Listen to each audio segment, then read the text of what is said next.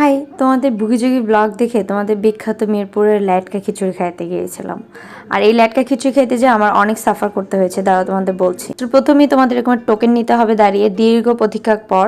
তোমাদের তো বলতে ভুলে গেছি, এটা একটা রোজার ব্লগ। হ্যাঁ, আমি আজকে ভিডিওগুলো দেখতে গিয়ে দেখি আমার ফোনটা ভরে আছে, তো আমি ভাবলাম একটু এডিট করে তোমাদেরকে দেখাই কি কি হয়েছে আমার সাথে রোজায়। তো দীর্ঘ প্রতীক্ষার পর আমরা আবার এরকম দুটো খাজানা পাতিল দেখলাম, পাতিল আসছে, পাতিলে করে খাজানা আসছে। তারপর মোটামুটি অনেকটা যুদ্ধ করে তোমাদের জন্য এই খাজানা আমি ভিডিও করতে যাই।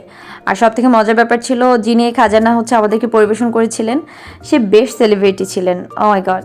এরপর ওয়েট করতে করতে হঠাৎ আবার গরু মাংসটার উপর চোখ পড়ে, একদিন এটা গিয়ে খেতে হবে, এটা বেশ লোভনীয় লাগছিল ওই দিন। এরপর অনেকটা কষ্ট করে সেই খাজানা থেকে আমরা 2 বাটি খিচুড়ি এনেছিলাম। ওই জায়গায় বসার মতো কোনো ওয়ে ছিল না, এই জন্য আমরা এসেছিলাম একটা রেস্টুরেন্টে খুঁজতে খুঁজতে, এবং এখানে বসে অপেক্ষা করছিলাম কখন আজান দিবে আর কখন তোমাদের সেই মূল্যবান টেস্ট, একদম মানে স্বর্গীয় টেস্টের খিচুড়ি আমি খাবো।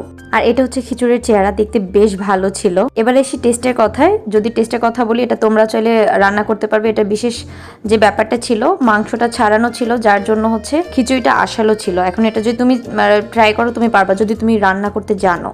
আর যদি না জানো তাহলে এটা সত্যি তোমার কাছে স্বর্গীয় লাগবে, বাট আমি রান্না করতে জানি। ঠিক আছে, আমার কাছে মনে হয়েছে এভারেস্ট, মানে যতটা ভুগিযুগি করে তোমরা বলেছো অতটা টেস্ট আমার কাছে লাগেনি।